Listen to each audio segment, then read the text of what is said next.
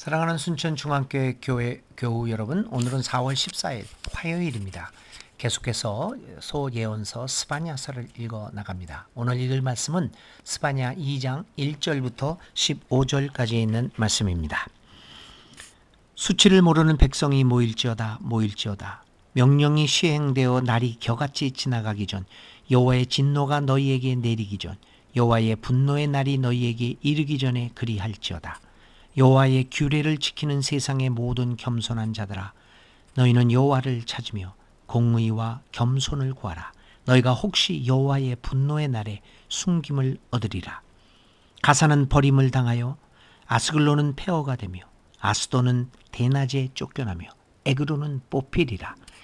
해변 주민 그렛 족속에게 화 있을진저. 블레셋 사람의 땅 가나안아, 여호와의 말씀이 너희를 치나니 내가 너를 멸하여 주민이 없게 하리라. 해변은 풀밭이 되어 목자의 움막과 양떼의 무리가 우리가 거기에 있을 것이며 그 지경은 유다족 속의 남은 자에게로 돌아갈지라.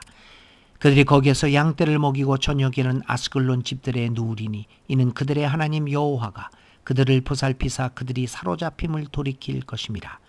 내가 모압의 비방과 암몬 자손이 조롱하는 말을 들었나니 그들이 내 백성을 비방하고 자기들의 경계에 대하여 교만하였느니라. 그러므로 만군의 여호와 이스라엘의 하나님이 말하노라. 내가 나의 삶을 두고 맹세하노니 장차 모압은 소돔 같으며 암몬 자손은 고모라 같을 것이라.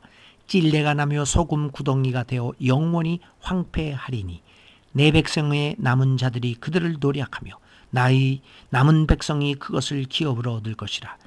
그들이 이런 일을 당할 것은 그들이 만군의 여호와의 백성을 회방하고 교만하여졌습니다.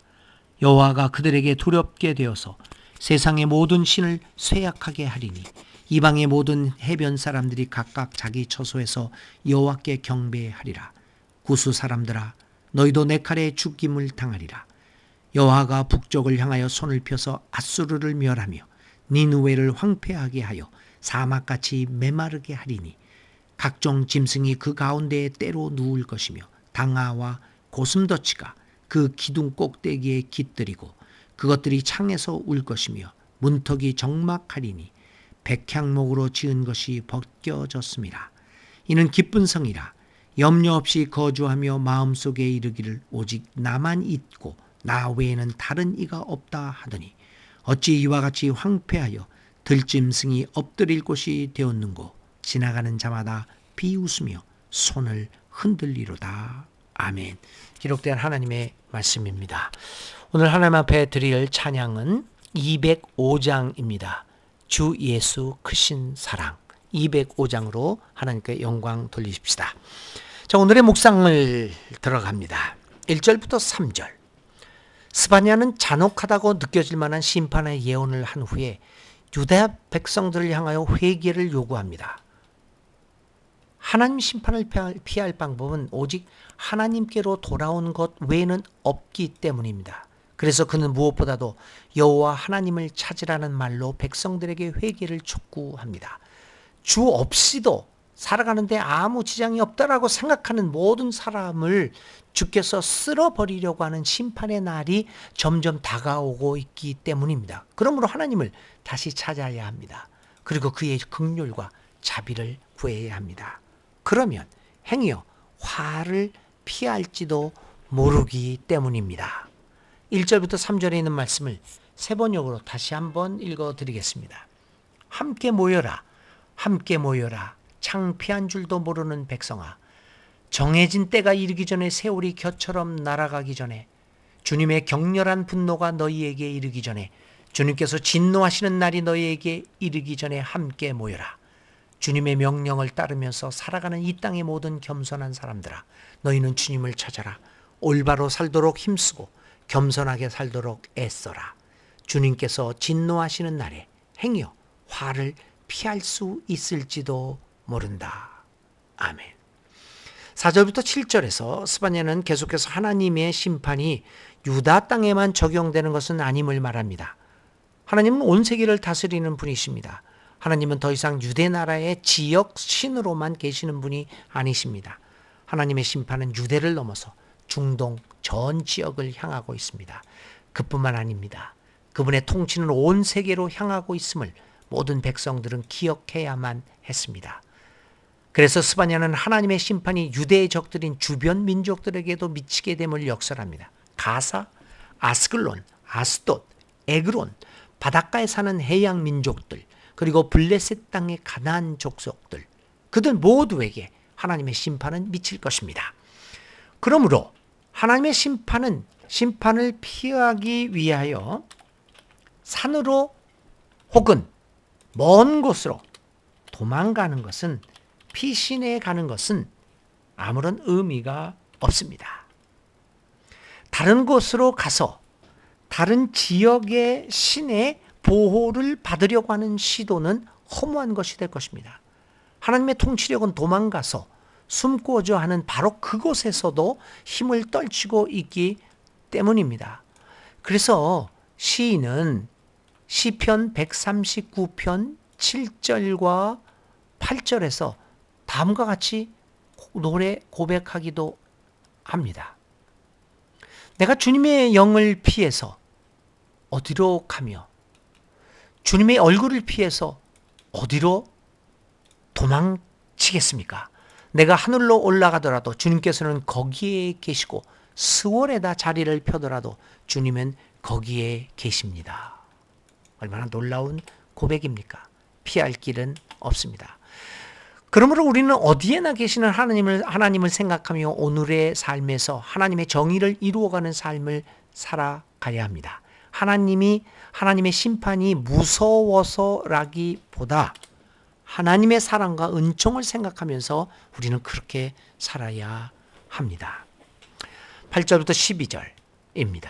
스바냐 예언자는 계속해서 이웃 나라들에 대한 하나님의 심판을 선포합니다.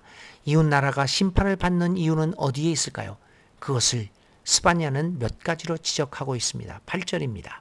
모압이 욕을 퍼붓는 것과 암몬 자손이 악담을 퍼붓는 것을 내가 들었다. 그들이 나의 백성에게 욕을 퍼붓고 국경을 침범하였다.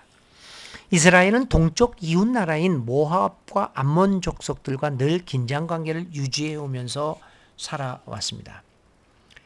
그런데 이 암몬과 모압, 이 두 민족은 이스라엘이 바벨론에 의해 멸망당할 위기에 처하자 이웃 나라를 돕기는커녕 이스라엘을 조롱했습니다. 모욕을 가합니다. 그리고 이스라엘을 향한 이 조롱은 하나님에 대한 조롱으로까지 발전하였던 것입니다.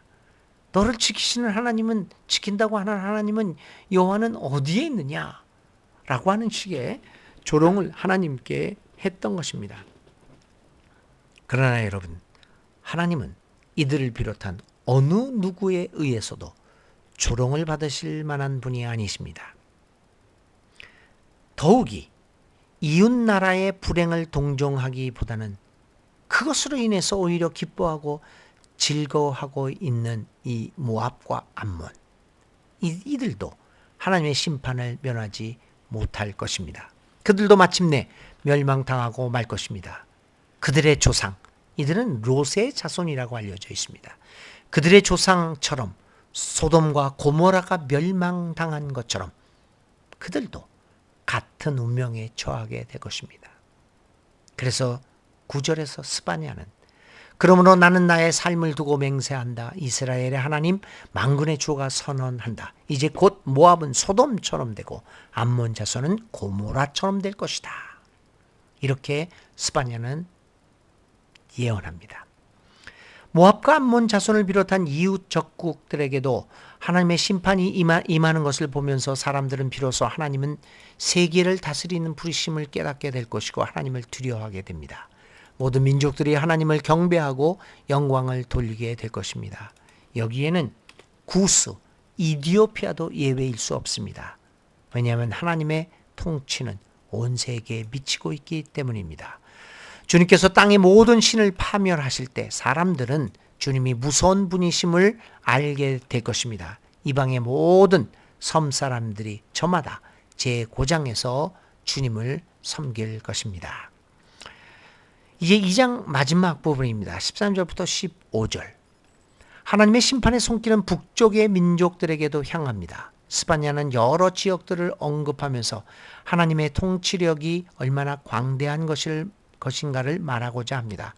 세상 사람들에게 오직 하나님만이 진짜 하나님이시라는 것을 말하고자 합니다. 그래서 유대 나라의 동서남북 지역에 자리 잡고 있는 나라들의 이름을 거론하면서 하나님의 심판을 면할 수 없음을 강조합니다. 여기에는 당연히 아시리아가 포함되고 있습니다. 당시 아시리아는 과거의 세력을 잃고 힘이 빠져 있는, 그래서 점차 멸망의 길에 들어서 있는 쇠락의 길에 있는 그 제국이었습니다.